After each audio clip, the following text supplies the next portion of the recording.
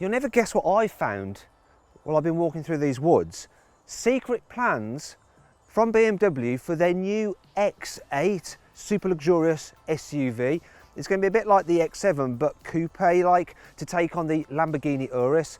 Now in this video I'm going to show you some exclusive images of what it could look like. In fact, could it be the ugliest BMW ever? Well, you'll find out in a bit. Also, they're probably going to be making an M version, an X8M, which will be the most powerful BMW ever. Now in this video I'm going to tell you all about this new X8, so stick with it.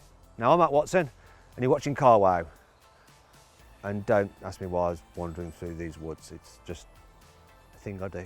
Buying a new car? Then head to Carwow and my team will help you find your next car at a fair price. Carwow, your one-stop car buying comparison site. Coupe SUVs are very polarising.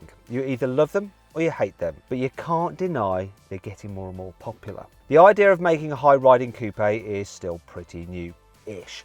One of the first coupe SUVs was the original BMW X6 from 2008. Okay, so it wasn't the prettiest car ever, but it did help to kickstart the coupe SUV craze. Nowadays, BMW makes the X4 and X6, which are coupe versions of the X3 and X5. And Mercedes has its own GLC and GLE coupe models. Audi has had to go at building coupe versions of the Q3 and Q5, and they're called Sportbacks. And Porsche also makes a Cayenne coupe. But it's not just premium brands that are getting involved. Even Renault is at it with the Arcana, which is a high-riding four-door coupe based on the Capture. So if BMW wants to stand out, it has to build the biggest, most luxurious coupe SUV ever made. And that's exactly what it's about to do with the new X8. Currently, BMW's largest coupe SUV is the X6. This is based on the X5 and it's about the same size as the Mercedes GLE coupe and an Audi Q8. But the new X8 is going to be based on the X7, which is a lot bigger. That car is the size of a Mercedes GLS or a Range Rover. It's absolutely massive. Thing is,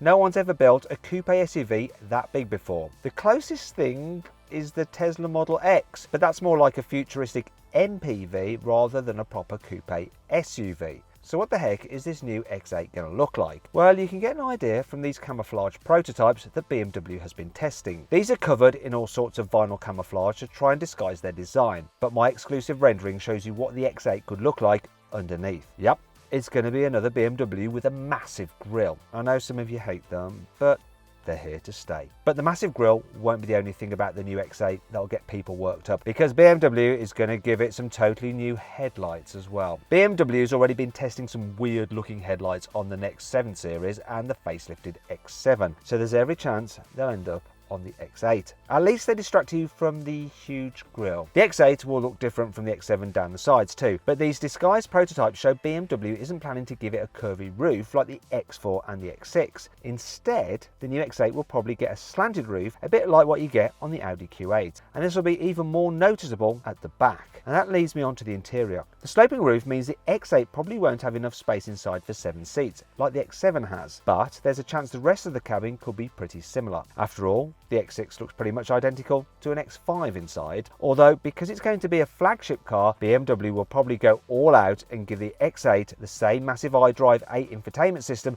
as the new iX and i4 electric cars. This comes with a 12-inch driver's display and a massive 15-inch touchscreen that stretches halfway across the dashboard. Okay, so it's not as big as the crazy hyperscreen you get in the Mercedes EQS, but maybe it'll be easier to use, especially because it'll have the very latest version of BMW's personal assistant. But besides some new infotainment tech, the new X8 is going to borrow lots of bits from the X7, including 4-wheel drive and 8-speed automatic gearbox. But if you're after a sporty looking coupe SUV, you probably want something with a bit more power, right? Well, there'll also be an M50i model that'll use the same engine as you get in an X7 M50i. That means it's a 4.4 litre twin-turbo V8 with around 530 horsepower, and it should enable the car to do 0 to 60 miles an hour in around 4.7 seconds. But that's not all, because BMW could be cooking up a mega quick X8M model as well.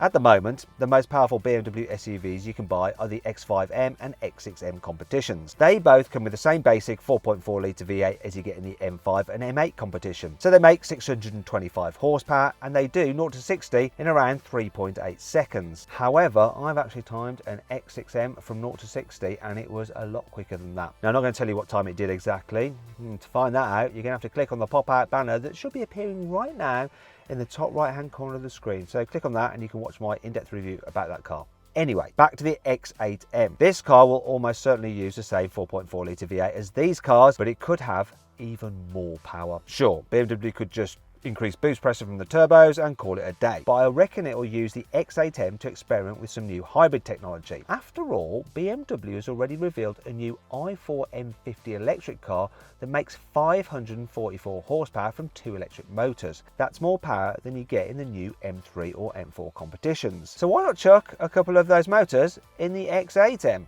After all, AMG has already shown it's possible. It's getting ready to launch a new GT 4-door hybrid which uses a twin-turbo V8 and an electric motor. That car's 4-litre twin-turbo V8 makes 638 horsepower and the electric motor adds 204 horsepower, so you get more than 800 horsepower to play with. Now, I've actually done a whole video on AMG's next generation hybrids and EVs. Now, I'm not going to tell you what cars are in it, you know, the game now.